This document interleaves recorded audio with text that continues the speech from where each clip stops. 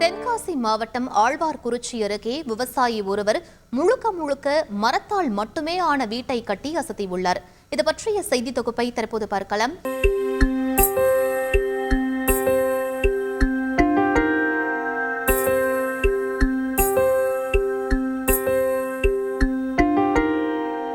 வீடில்லா மனிதன் கூடில்லா பறவை என்பார்கள்.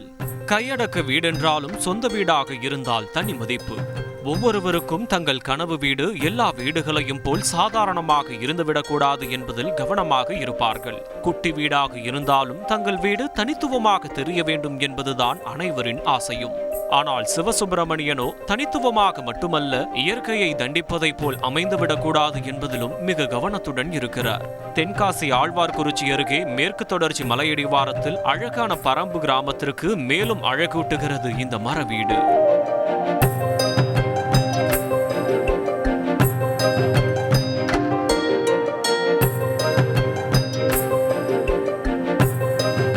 சிமெண்ட், செங்கல், மணலை கொண்டு வீடு கட்டினால் இந்த இயற்கை சூழல் குறைத்து விடுமா? முழுக்க மரக்கட்டைகளால் அமைந்த இந்த வீட்டிற்குள் நுழைந்தாலே ஒரு ஆத்ம திருப்தி கிடைக்கிறது. மர சிற்ப கலைஞரான சோமசுந்தரம் தான் இந்த வீடு கட்ட மூளையாக செயல்பட்டுள்ளார். 2021 துவங்கியது வீடு கட்டும் பணி. பல இடங்களிலும் அலைந்து திரிந்து நேர்த்தியான தரமான வேப்பமர பலகைகளை தேர்வு செய்து வீட்டின் சுவர்கள் எழுப்பப்பட்டுள்ளன.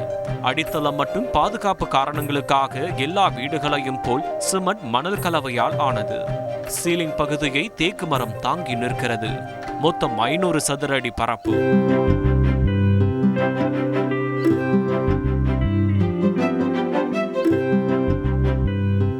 வரவேற்பறை, ஒரு படுக்கையறை, ஒரு சமையலறை, அதிகபட்சம் 16 லட்சம் ரூபாய் வரை செலவு. மழையிலிருந்து தற்காத்துக் கொள்ள மரப்பலகைகளுக்கு ஊடே வாட்டர் ப்ரூஃப் பேஸ்ட். கூடுதல் பாதுகாப்பிற்காக சீலிங்கிற்கு மேல் மண் ஓடு. வீட்டை தாங்க 4 பக்கங்களிலும் கனமான மரத்தூண்கள். 90% பணிகள் நிறைவாகிவிட்டன. பினிஷிங் ஒர்க்கை முடித்தால் பால் காய்ச்சிவிட வேண்டியதுதான். கனிம வளத்தை அழிக்கக்கூடாது அப்படிங்கிற எண்ணத்துக்காகவும் ஆற்றுல மணல் அள்ளக்கூடாது, பாறையை உடைக்கக்கூடாது, ஜல்லியை வேஸ்ட் பண்ணக்கூடாது.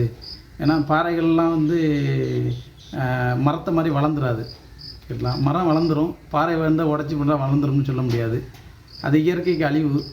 அப்போ அதை மாதிரிலாம் இயற்கைக்கு அழிவான ஒரு விஷயத்தை செய்யக்கூடாது அப்படிங்கிறதுக்காக நம்ம நாட்டு மரங்களை வேப்ப மரத்தை சூஸ் பண்ணி வேப்ப மரத்தை வச்சு இந்த வீடை கட்டியிருக்கோம் சார். இயற்கையான சூழலில் நேர்த்தியான மர வீட்டில் காற்றாட படுத்துறங்கினால் எவ்வளவு நிம்மதியாக இருக்கும். இது போன்ற வீட்டை கட்டி வாழ்ந்து பாருங்கள். இருக்கும் நோய்கள் எல்லாம் இருந்த இடம் தெரியாமல் பறந்து போகும் என உறுதியளிக்கிறார் வீட்டை கட்டிய சோமசுந்தரம்.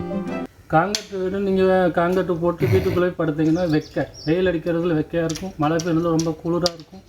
வயசானவங்களுக்கு லோ ப்ரெஷர், சுகர் உள்ளவங்க நிறைய பிரச்சனைகள் டெய்லி ஒவ்வொரு ரொம்ப பார்த்து கஷ்டப்பட்டுட்டு இருக்காங்க. நான் பார்த்துட்டு இருக்கிறேன். ஆனால் இந்த வீட்டில் கட்டி இருந்து பாருங்கள், அதில் இருந்து முக்கால்வாசி % அந்த நோயிலிருந்து விடுபட்டுடலாம். அதுக்கு நான் ஃபுல் கேரண்டி. விவசாயி சிவசுப்பிரமணியனை போல் இனி சொந்த வீடு கட்ட நினைக்கும் எல்லோரும் மர வீட்டிற்கு மாறினால் உடலும் ஆரோக்கியமாக இருக்கும், இயற்கையும் நம்மை வாழ்த்தும். தந்தி தொலைக்காட்சி செய்திகளுக்காக அம்பையிலிருந்து செய்தியாளர் கண்ணன். செய்திகளை உடனுக்குடன் தெரிந்து கொள்ள உடனே சப்ஸ்கிரைப் பண்ணுங்க.